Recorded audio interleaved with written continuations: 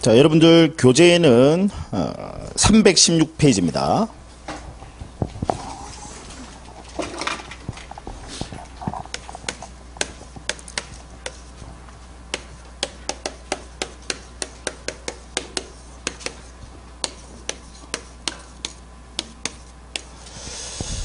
제목을 붙이면 이제 계약법 총설입니다. 자, 먼저 계약이라는 말이 나와요. 계약. 계약은 법률행위입니다. 법률행위 중에서 단독행위가 아니라 쌍방적 법률행위입니다. 그래서 계약이라고 하는 것은 쌍방적 법률행위다. 그래서 반드시 양쪽의 당사자가 존재한다 이 말이죠. 이 점에서 법률행위 중 단독행위와 구별이 됩니다. 계약. 자, 그 다음에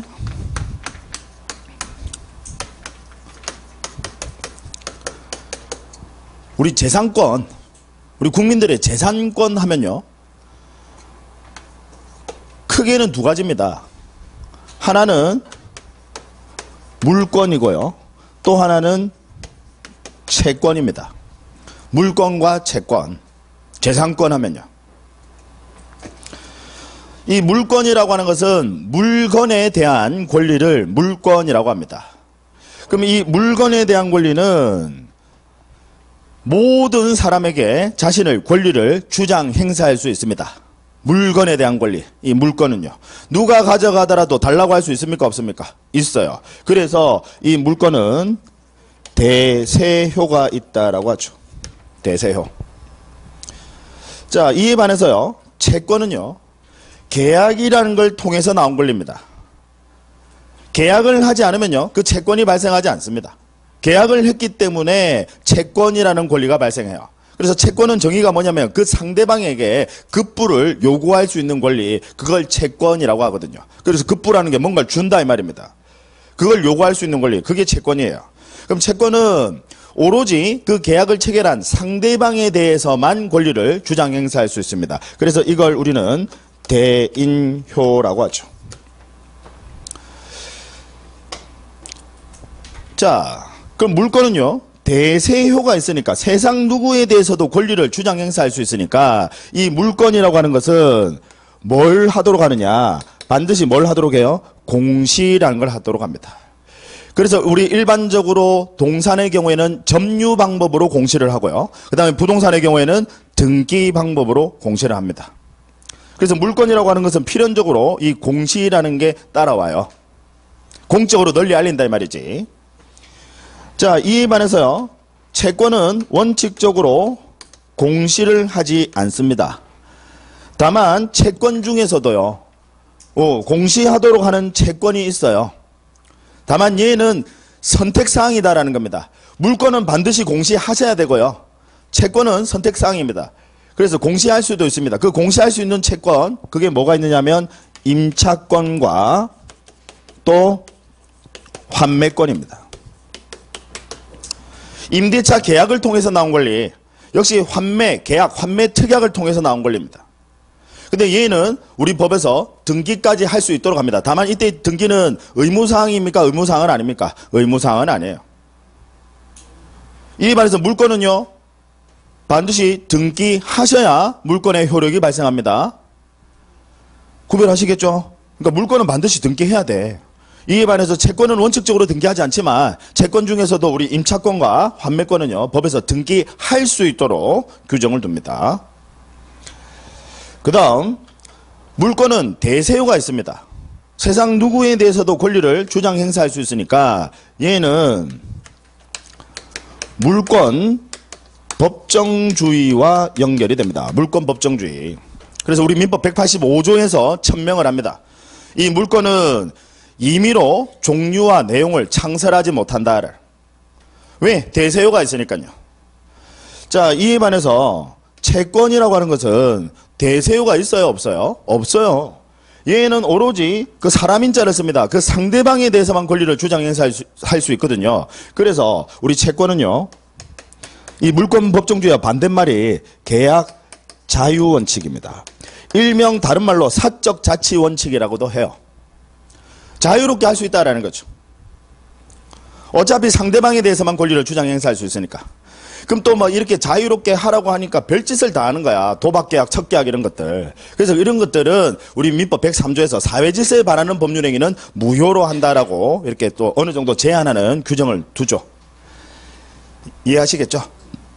그 다음 물권은 법정주의입니다. 오로지 법에서 정한다 이 말이지. 그 종류와 내용을. 따라서 아까 당사자가 임의로 창설할 수 있습니까? 없습니까? 없어요. 그래서 물권에 관한 기본적인 이 물권에 관한 우리 민법의 규정들은 원칙적으로 강행 규정입니다. 반드시 지켜져야 된다 이 말이죠. 이에 반해서 채권에 관한 규정은 계약 자유의 원칙이 적용이 되니까 채권에 관한 규정은 당사자의 특약으로 원칙적으로 얼마든지 배제할 수 있습니까? 없습니까? 있어요. 그래서 우리 채권에 관한 법 규정들은 원칙적으로 임의 규정입니다.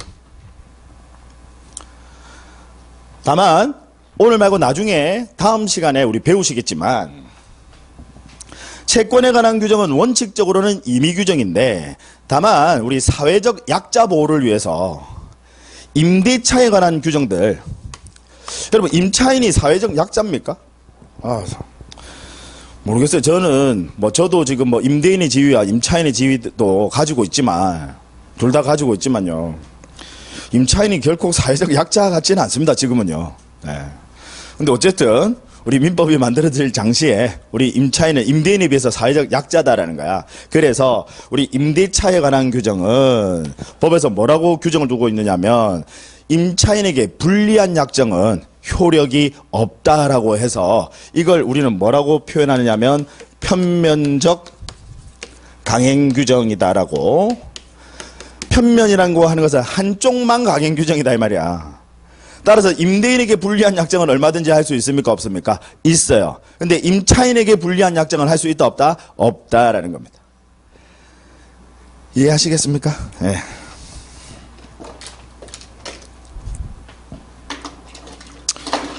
전에 TV에 보니까 유명하신 분이잖아요. 도끼 래퍼 있잖아요. 예. 그분 보니까 아주 이 펜트하우스 이런 데다가 임차인으로 사시더라고. 근데 제가 보니까 많더라고 주변에 그런 분들. 우리 기업의 오너분들 이런 분들 그냥 비용 처리하시면서요. 어디 임차인인데 한 달에 월세가 800만 원, 900만 원이더라. 집인데 월세만. 보증금이 한 10억이고.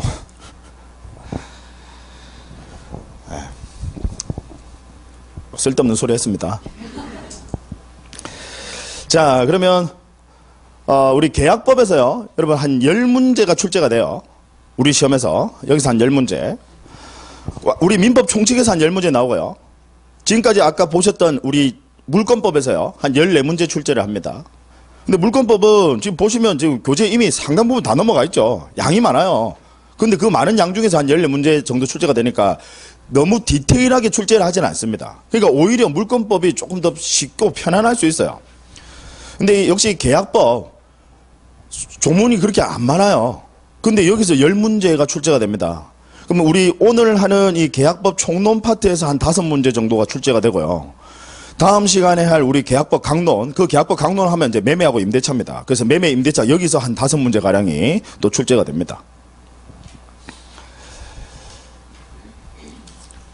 그러니까 조문의 양에 비해서는 조금은 상당히 좀 디테일하게 출제가 된다라는 말씀을 미리 좀 드립니다. 그리고 오늘 하는 이 계약법은 우리 기초과정에서 상당히 많이 다뤘거든요. 네. 우리가 지금 이제 공부를 했던 게 민법 총칙부터 했잖아요. 민법 총칙. 그 다음에 물권법 하셨고요. 그 다음 이제 채권 계약법 하는데 사실 논리적인 순서로 봤을 때는요. 여러분 채권이 먼저예요? 물권이 먼저예요? 우리 논리적인 시간 순서로 보면요. 채권 계약을 해야 나중에 물권 취득하고 등기하고 할 거 아니에요. 그죠? 논리적인 순서는 채권이 항상 먼저 선행행위입니다.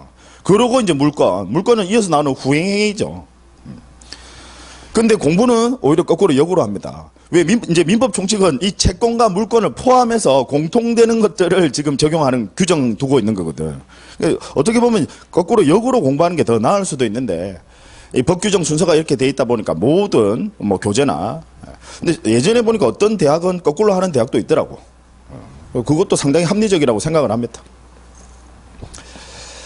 자, 그러면 이제 우리 계약법 총론에서 시험에 출제되는 첫 번째로 등장하는 테마가 청약과 승낙입니다. 청약과 승낙. 갑이라는 사람이 있고요. 을이라는 사람이 있습니다. 갑이 먼저 을에게 청약의 의사표시를 합니다. 그러면 이어서 을은 승낙의 의사표시를 하죠. 그래서 시간 순서는 당연히 먼저 뭐가 먼저입니까? 청약, 그 다음에 승낙이죠. 당연히 시간 순서는 청약과 승낙이죠. 그러면 이 청약과 승낙이 합치가 되면요. 합치가 되면 이때 계약은 성립이 된다를. 이게 이제 청약과 승낙이에요. 자, 그럼 먼저 청약부터요.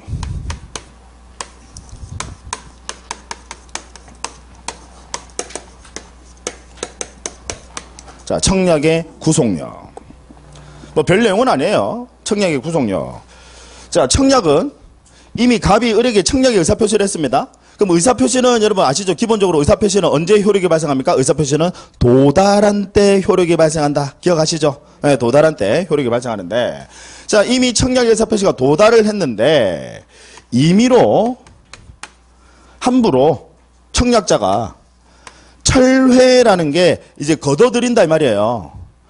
자, 이미 청약의 의사표시는 도달을 했는데 임의로 철회할 수 있을까요? 없을까요? 없어요.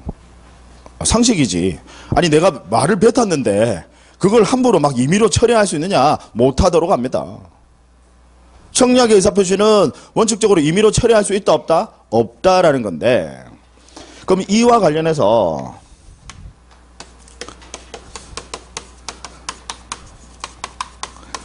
관련 판례를 하나 알아두셔야 됩니다. 자, 갑이라는 사람이 있고요. 을이라는 사람이 있는데 이 갑이라는 사람이 근로자, 즉 피고용인입니다. 고용당하신 분. 그 다음 을이라는 사람이요. 사업주입니다. 즉 고용인이다 이 말이죠. 이 사업주를 뭐라고 한다고요? 고용인. 그 다음 근로자를요. 피고용인. 아시겠죠? 자, 갑이라는 사람이요. 을에게 근로계약에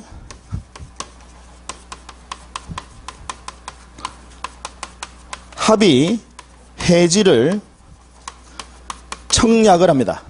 이제 무슨 이야기냐? 저 이제 일 그만할게요. 여러분들도 일하시다 보면 하루에도 한 100번은 그만두고 싶죠. 네. 저 이제 일 그만할게요 라고 합의 해지를 청약을 합니다. 자, 이미 사업주에게 도달이 됐어요. 자, 여러분 우리 민법은요. 민법은 사적 관계, 사적인 법률 관계를 다루는 일반법입니다. 일반법이라는 게 가장 광범위하게 민법이 적용된다 이 말이지. 근데 이 민법 안에서 어떤 특수한 것들은 특별법을 만들어서 걔를 우선적으로 적용시키도록 합니다. 그럼 우리 근로관계에 있어서는 근로기준법이라는 게 있습니다. 우리 대한민국의 근로기준법 정말로 잘 만들어져 있다라고 해요. 그래서 외국에서도 우리나라의 근로기준법 연구하러 막 그 학자들이 오고 한다더라고요. 뭐 잘 지키지는 않더라도 법은 아주 훌륭하게 돼 있다고 합니다. 뭐 저도 대충 뭐 근로기준법을 좀 보기는 봤었는데, 우리 근로기준법은 이 근로관계에 있어서는 우선적으로 적용되는 특별법입니다. 왜? 근로자들 특별히 보호해 주려고. 여러분 아시죠? 우리 임대차도 민법에서 임대차 나오잖아요. 근데 주택임대차나 아니면 상가건물 임대차는 특별히 더 보호해 주려고 주택임대차 보호법 또는 상가건물 임대차 보호법을 만들어서 특별히 더 보호해 주고 있습니다. 자, 이 근로기준법이라는 특별법에서 지금 이 근로자들에게 근로자들 한번 합의 해지를 청약을 했다고 해서 이걸 철회하지 못하게 한다면 하루에 더 일을 그만두고 싶은 마음이 100번은 들어서 그런 이야기 했는데 이걸 못 걷어들이게 한다면 그건 너무나도 가혹하다는 거지. 이해하시겠죠? 따라서 이 경우에는 예외적으로 합의 해지 청약을 철회할 수 있다라는 게 우리 대법원 판례입니다. 자, 그러니까 원칙은, 그러니까 여러분들 시험에 나오면요, 원칙은, 자, 우리 청약은 임의로 철회할 수 있다, 없다? 없다. 그런데 이제 시험에 가령 근로관계라는 표현이 나와요. 또는 뭐 근로계약. 우리 근로계약에 있어서 합의 해지의 청약, 얘는 임의로 철회할 수 있다, 없다? 있다라는 게 우리 판례 입장입니다. 왜? 근로자들 특별히 더 보호해 주려고. 아시겠죠? 근데 이런 예외적인 우리 판례가요, 시험에 한 번씩 등장합니다. 그래서 이 부분만, 우리 청약의 구속력과 관련해서는 이 부분. 자, 그 다음에, 여러분들, 보충자료 2페이지를 한번 보세요. 보충자료 2페이지요.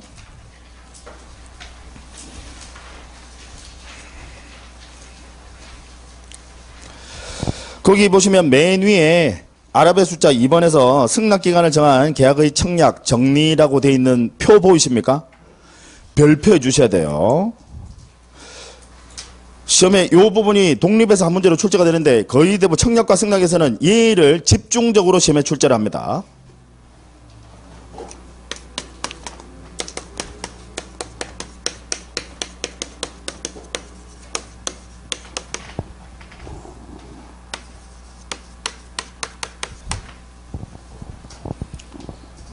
자, 설명을 드립니다. 우리가 이제 청약을 할 때 경우의 수는 두 가지예요. 하나는 뭐냐면 청약을 하면서 언제까지 승낙을 해주세요라고 승낙 기간을 정하는 경우가 있을 거고요. 그죠? 청약을 하면서 그 상대방에게 언제까지는 승낙을 해주세요 라고 이렇게 기간을 정하는 경우가 있을 겁니다. 그 다음 청약을 하면서요, 승낙 기간을 정하지 않는 경우가 있을 겁니다. 경우의 수는 두 가지지.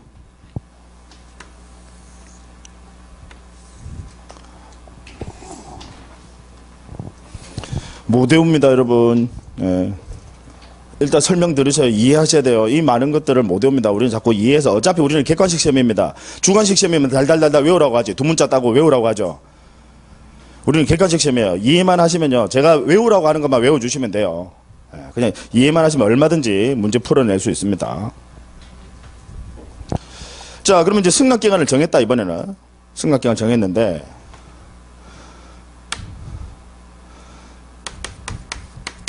아예 승낙을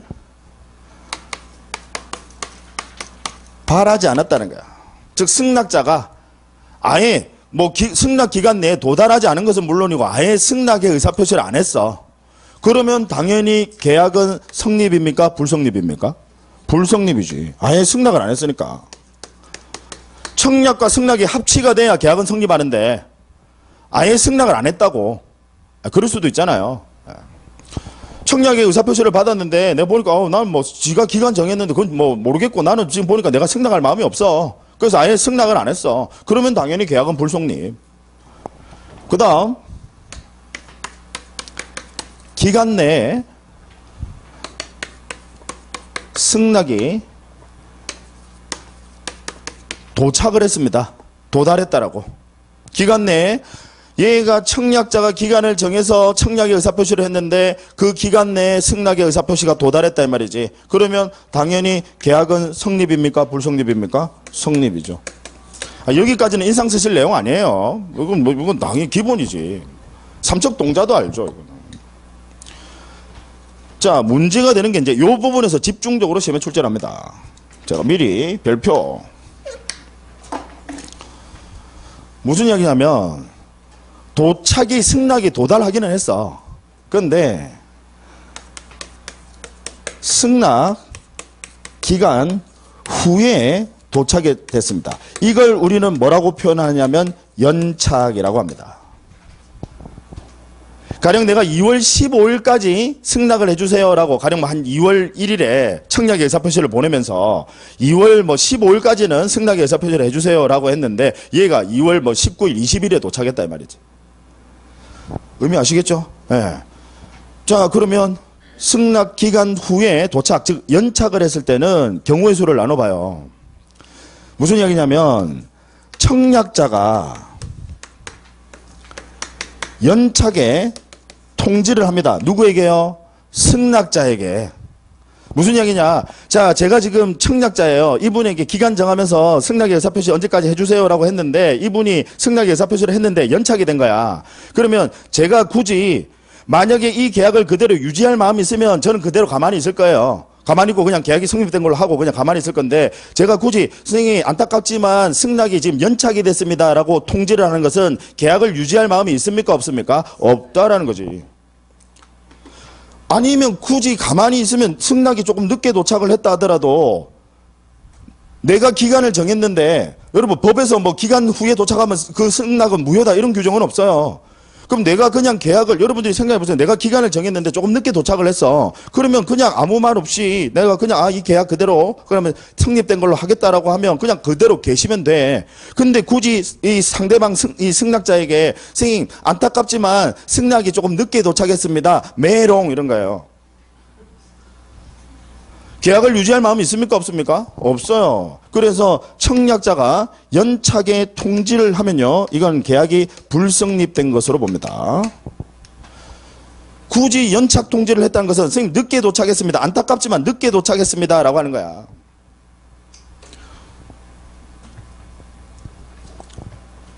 자, 이번에는요. 청약자가 연착 통지를 안 했어요. 청약자가 자 조금 늦게 왔는데 연착 통지를 하지 않았다는 것은 봐주겠다 이 말이에요. 조금 늦게 왔지만 굳이 내가 연착에 통지를 하지 않는다고 하는 것은 어차피 승낙 의사표시는 나한테 도달했어. 그럼 이제 그 뭐라고 해야 되나 내가 지금 이 좌지우지한단 말이야. 칼자루는 내가 쥐고 있다라는 거예요. 조금 늦게 도착했지만 나 그대로 인정. 그러면 그냥 계약 성립.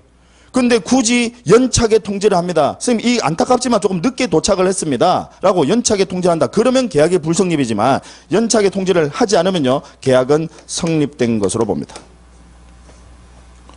그럼 그냥 계약 인정해 주겠다 이 말이거든요. 이 부분이 시험에 아주 많이 출제됩니다. 제가 아까 말씀드린 청약과 승낙 여기서 시험에 한 문제 출제를 해요. 물론 작년에도 출제를 했는데 주로 시험 어떻게 하느냐면 간략한 사례형으로 냅니다. 이 문제를요 주로 간략한 사례형으로 해요. 그러니까 예를 들어서 청약자가 25년 몇 년 몇 월 며칠에 청약의 의사표시를 했고 걔가 몇 년 몇 월 며칠에 도달을 했고 근데 청약의 의사표시를 할 때 승낙 기간을 언제까지 하라고 기간을 정해서 청약의 의사표시를 했는데 얘가 몇 년 몇 월 며칠에 연착을 했다. 이런 식으로.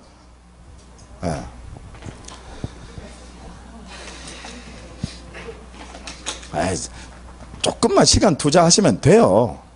너무 겁먹지 마시고. 여러분들 아니면 합격하실 분도 없다니까요.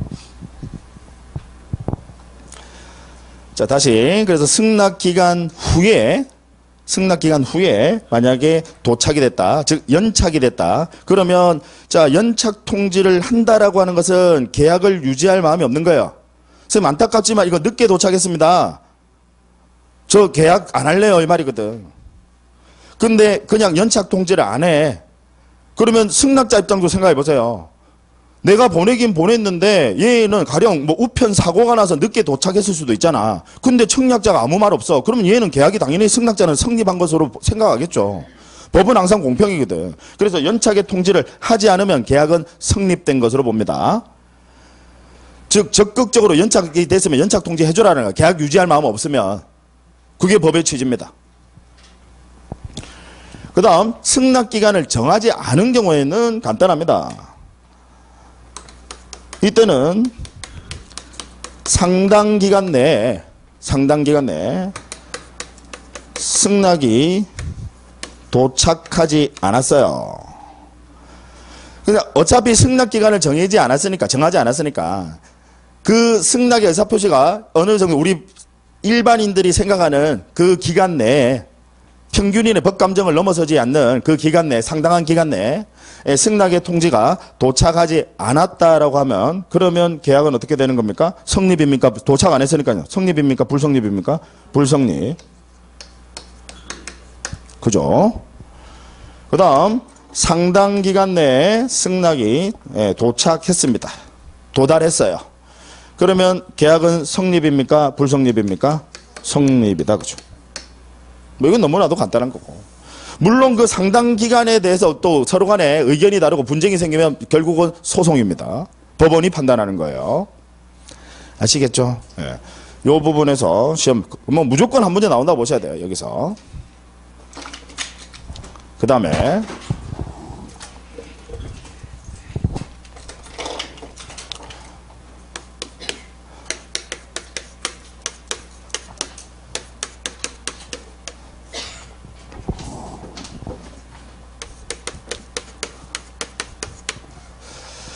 자, 격지자라는 표현이 나옵니다. 우리 지난 민법 총칙에서도 공부를 했었는데, 우리 민법에서 격지라는 것은 격지자, 이 격지자의 반대말이 대화자입니다. 대화자. 그럼 여기서 격지라고 하는 것은 시간적 개념입니까? 아니면 장소적 개념입니까?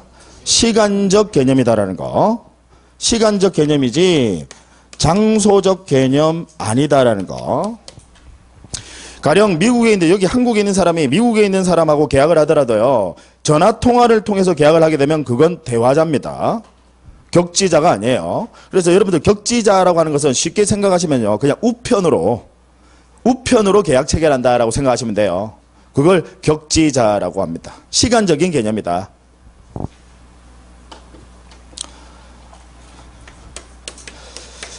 자, 그 다음, 그러면 격지자 간에 가령 갑과 을이 있는데 얘가 청약의 의사표시를 합니다. 현재 갑과 을은 격지자라는 전제하에서요, 지금 우편으로 계약 체결하는 걸 생각하세요. 자, 그러면 청약은 언제 효력이 발생합니까? 청약은요? 네, 도달한 때 효력이 발생합니다. 우리 의사표시의 일반 효력 규정에 따라서요, 의사표시는 도달한 때, 원칙적으로 도달한 때 효력이 발생합니다. 자, 그런데 승낙의 의사표시. 자, 을이 지금 승낙의 의사표시를 하는데, 이 법의 취지는 뭐냐면 격지자 간에는 계약이 성립되는 데 있어서 시간이 너무 오래 걸린다는 거지. 그럼 어차피 갑이라는 사람은 청약의 의사표시를 했고 을이 이걸 받았어. 청약의 의사표시를 받았어요. 그럼 자기도 이제 그 계약의 내용을 인지를 하겠죠. 그러고 얘가 승낙을 발신만 하면 계약은 성립된 것으로 봅니다. 격지자 간에는. 따라서 승낙은 언제 효력이 발생한다라고요? 발송한 때. 전제는 뭡니까, 여러분? 격지자 간의 계약입니다. 당연히 대화자는 둘 다 도달해야 효력이 생기는 거예요. 아시겠죠? 네. 여기서 많이 속는다고요. 승낙은 발송인데 격지자 간에 청약도 발송한 때 효력이 발생하는 겁니까? 아니에요. 청약은 당연히 도달한 때. 왜? 도달해야 을이라는 사람이 이제 계약의 내용을 아니까. 그럼 양 당사자가 이미 계약의 내용은 다 인지를 했다라는 거지. 그죠? 그러니까 격지자 간에는 시간 오래 걸리니까 그냥 발송만 하면 이때 계약이 성립된 것으로 보겠다라는 거죠. 아시겠죠?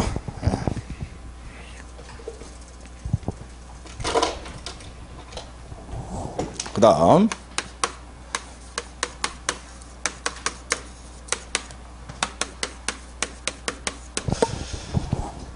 자, 아까 승낙이요. 승낙 기간 내에 도달하지 못하고요, 연착이 될 수도 있지 않습니까? 그러면 이 연착된 승낙은 어떻게 법에서 취급을 하느냐. 얘는 새로운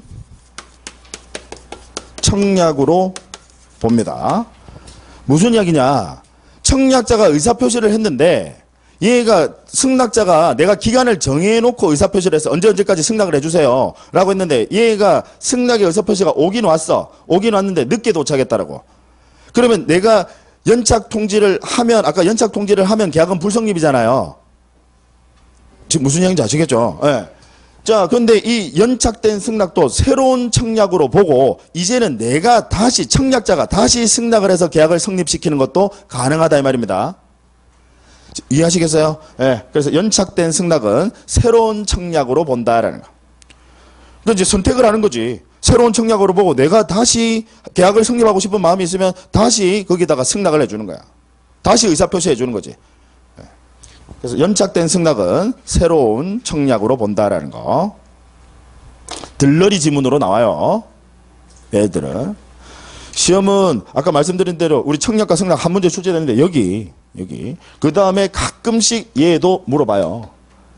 격지자 간의 계약 성립. 그 다음 이제 또 들러리 지문으로 나오는 게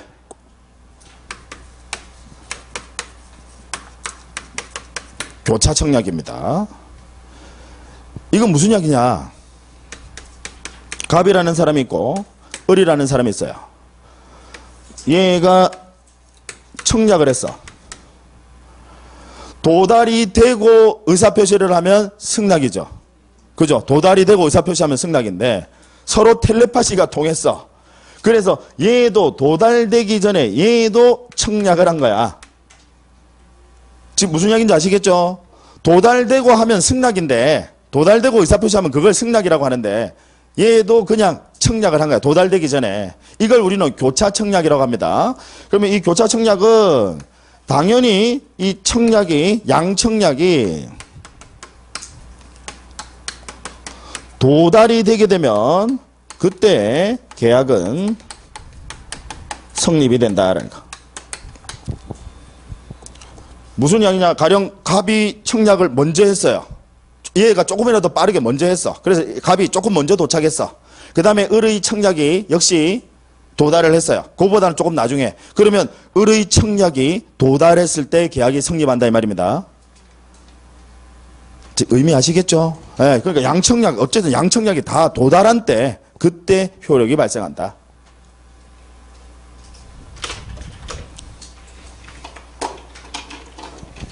뭐 이런 경우도 있을 수는 있겠죠. 교차 청약을 하는 경우도 서로 간에 뭐 그전부터 어떤 거래 관계가 있었다라고 한다면 뭐 이런 경우도 얼마든지 있을 수 있을 겁니다.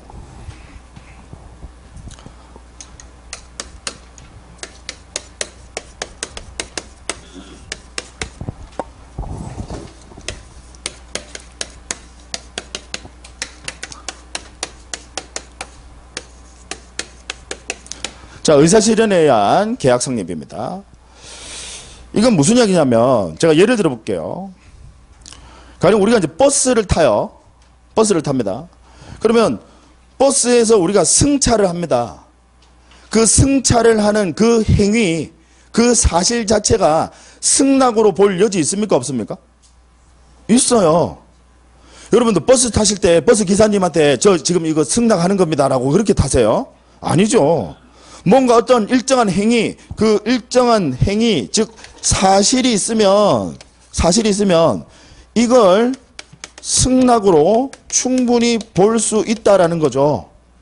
이걸 우리는 뭐라고, 이 학문적인 표현이 중요한 게 아니에요. 이게 재미에 나오는 게 아니라 지금 요 내용. 어떤 일정한 사실이 있으면 이걸 의사표시한 것으로 가름한 것으로 볼 수 있다라는 거야. 그걸 우리는 의사실현에 의한 계약 성립이라고 합니다. 그러니까 여러분 버스 승차하는 거 생각하세요. 예. 버스 타시면서 그냥 버스 탑승만 하면 그냥 그 자체 탑승이라는 그 사실, 그 행위 자체만으로 계약은 성립된 것으로 볼 수 있다라는 거죠. 이해하시겠죠? 예.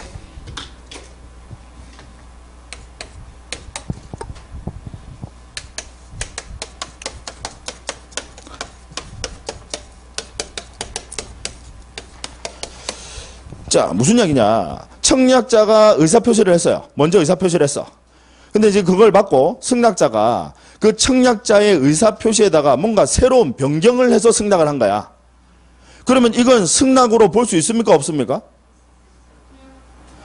청약자는 의사표시를 해서 이분에게 이렇게 해서 계약을 체결합시다 라고 의사표시를 했는데 이 승낙자가 그걸 보더니 이거 마음에 안 들어. 이 부분 고치고 이 부분 고치고 라고 해서 변경을 가해서 승낙을 했습니다. 그러면 우리 법에서는요, 얘는 변경을 가한 승낙은 역시 새로운 청약으로 봅니다. 그러면 다시 또 승낙해 주셔야 된다 이 말이지. 그것만으로 바로 계약이 성립되는 게 아니라. 이해하시겠죠? 예. 지금 보신 이제 요 내용들은 들러리 한 문제가 출제가 됩니다. 그리고 주로 사례형 문제로 많이 나와요. 그럼 사례형 문제로 나오면 요 부분을 집중적으로 여러분들 시험에서 물어봅니다. 아시겠죠?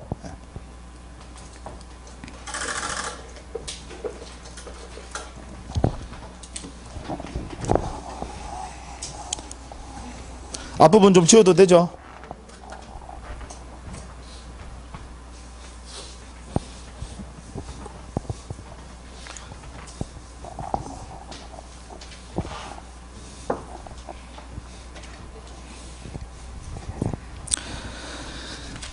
자, 뭐 교재 통해서 따로 뭐 체크는 하지는 않겠습니다. 뭐 칠판에 아주 자세하게 잘 정리가 돼 있어서 뭐 따로 체크할 만한 내용은 없어요. 어디로 가시냐면 교재 326페이지입니다. 326페이지.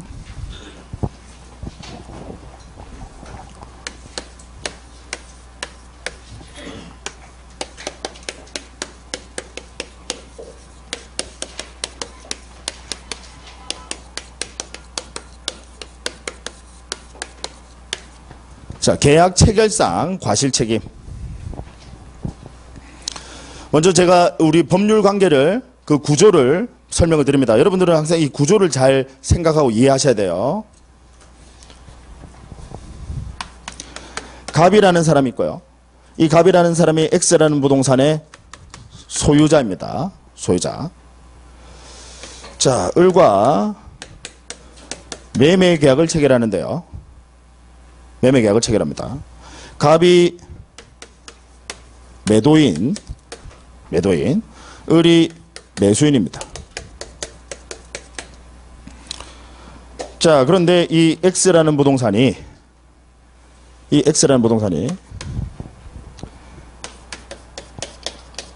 계약 체결 당시에요. 계약 체결 시에 이미 원시적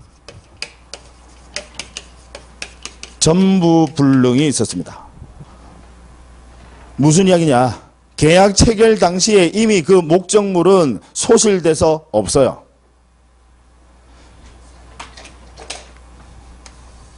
원시적 전부불능.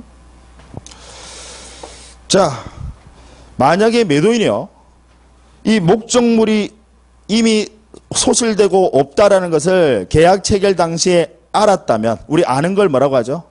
악이. 이건 나쁜 놈이죠. 사실 이건 뭐 민법적으로도, 우리 민사법적으로도 문제가 되지만, 이거 형사법적으로도요, 이런 경우에는 사기죄죠.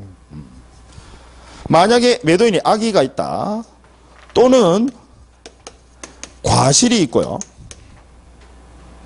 과실이라는 게 이게 없었던 데 대해서 지금 몰랐던 과실이 있다 이 말입니다. 악의 또는 과실이 있고. 그 다음 매수인은요. 매수인은 목적물이 없는지 몰라요. 선이다 이 말입니다. 거기다가 and, 이제 앞으로 제가 and 하면 그냥 중간에 점 찍습니다. 예, 선이 and 뭐 무과실이더라 이 말이죠. 무과실이더라. 자, 그러면 이 경우에 여러분 제가 이제 사실관계 다 충분히 지금 주어졌습니다. 그러면 이 경우에 우리 법은 항상 공평이거든. 그럼 이때 우리 매수인들은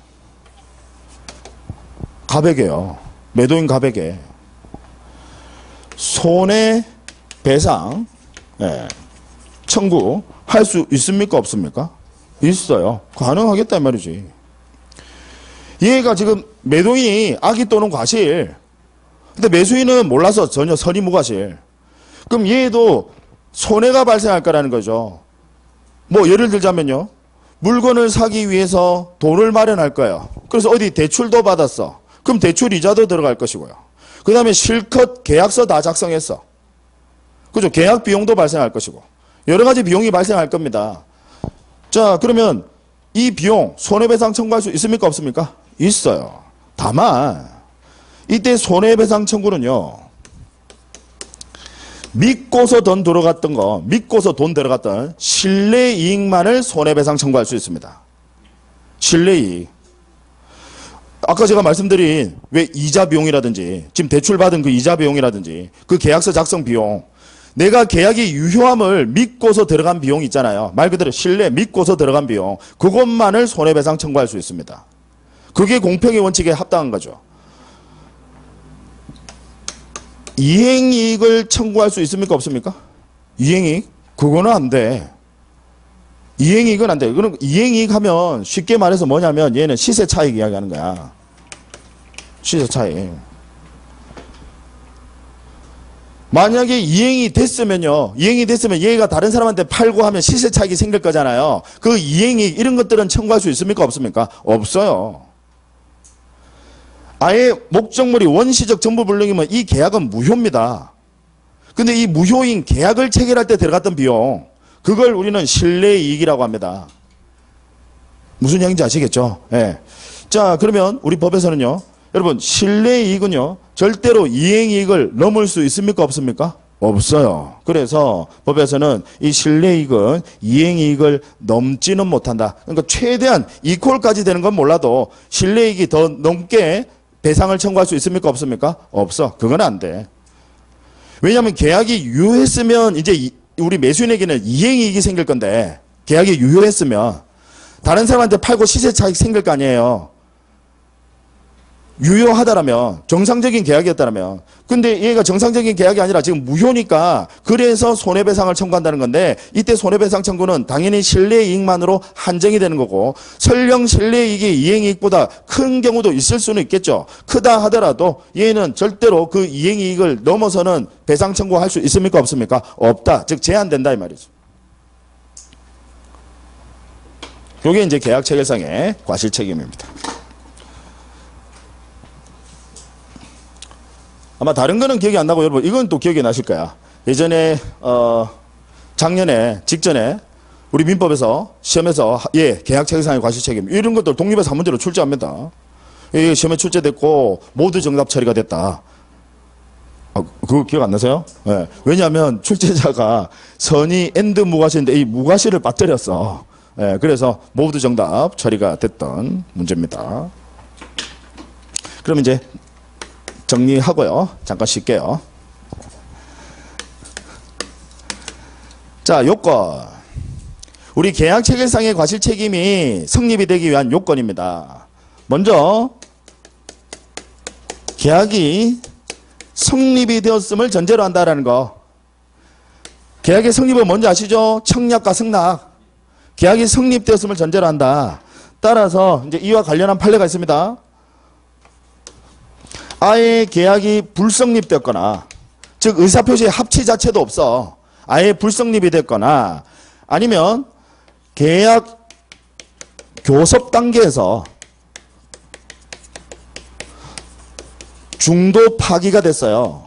그럼 아직은 계약이 성립된 거야? 안 된 거예요? 안 된 거다. 따라서 이 경우에는 불성립하거나 계약의 교섭 단계에서 중도 파기가 된 경우에는 이때는 우리 계약 체결상의 과실 책임을 물을 수 있다 없다? 없다라는 게 판례 입장입니다. 계약 체결상의 과실 책임은 당연히 계약이 성립이 되었음을 전제로 한다는 거.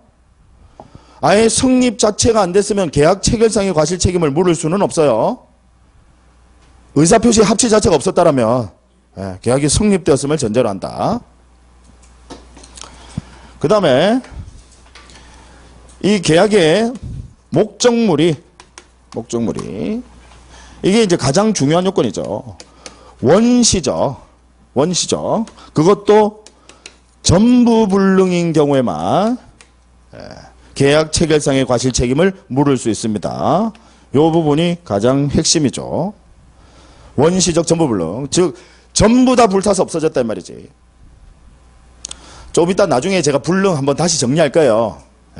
다시 또 정리할 건데 이제 얼마나 기억을 잘하고 계신지 또 여러분들 스스로를 테스트해 보세요. 제가 여러분들을 굳이 테스트하지는 않습니다. 근데 여러분들 표정만 보면 알아요. 이게 아는데 모르는 척은 할 수 있거든요. 아는데 모르는 척은 할 수 있는데 모르는데 아는 척은 못해. 모르는데 아는 척 하는 사람은 그거는 사기꾼 기질이 있는 사람이야. 예, 그런 사람들 제가 경험해보면 거의 없어요. 근데 아는데 모른 척 할 수는 있지. 여기 지금 보면 상당수는요, 지금 아는데도 좀 모른 척 하신 분들이 있습니다. 그러니까 여러분들 지금 진짜 모르시는 분들은 각성하세요. 지금 상당수는 제가 보니까 지금 아는데 모르는 척 하고 계세요. 중요합니다. 원시 정보를 좀 이따 다시 정리할 거예요. 그 다음에 우리 책임을 지는 자, 예. 채무자. 자, 제가 여러분 우리 계약 체결상의 과실책임 아까 원시적 전부 불능이라고 했죠. 그럼 여기서 이 불능은 기준이 물건을 기준으로 하는 거예요? 아니면 돈을 기준으로 하는 거예요? 물건을. 돈이라고 하는 것은 절대로 불능이라는 게 있을 수가 없어. 그럼 이건 물건을 기준으로 하는 거야. 그럼 물건을 기준으로 채무자, 즉 여기 매매를 가정하면 누구 말하는 거예요? 물건을 기준으로 채무자는 누구냐면 물건을 넘겨줘야 될 사람 누구? 매도인 이야기하는 거야. 매도인, 채무자. 가령 예를 들자면 이제 매도인이다 그죠? 이 채무자는 요건이 악의 또는 과실입니다. 악의 또는 과실. 그 다음 채권자. 자, 물건을 기준으로 채권자, 매매를 가정을 하면 뭐예요? 매수인. 매수인은요, 선의 앤드 무과실입니다. 완전해야 된단 말이지. 그래야 계약 체결상의 과실 책임을 물을 수 있습니다. 그러니까 우리 법은요, 계약 체결상의 과실 책임은 되도록이면 좀 엄격하게 적용을 하고자 하는 게 법의 취지입니다. 그래서 책임을 묻고자 하는 우리 계약 체결상의 과실 책임을 묻고자 하는 이 채권자, 매매로 치면 누구 이야기하느냐? 매수인. 요 매수인은 선의 앤드 무과실까지 요건으로 합니다. 아시겠죠? 예.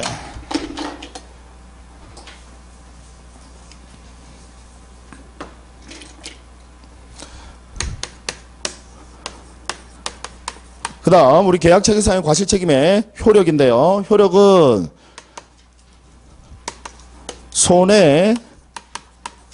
손해배상 청구권을 가집니다. 다만 여기서 손해배상 우리 계약 체결상의 과실 책임에서 손해배상 청구권은 오로지 뭐만 해당된다? 실내이익만 해당된다라는 거. 실내이익만. 그러면 이 실내이익은 절대로 이행이익을 넘을 수는 있습니까? 없습니까? 없어요. 그래서 설령 실내이익이 아마 계약서 작성을 하는데 계약서를 만약 금으로 작성했다. 그렇다 하더라도 절대로 그 실내이익은 이행이익을 넘을 수는 있습니까? 없습니까? 없어요. 작년에 아마 예의를 물어봤으니까.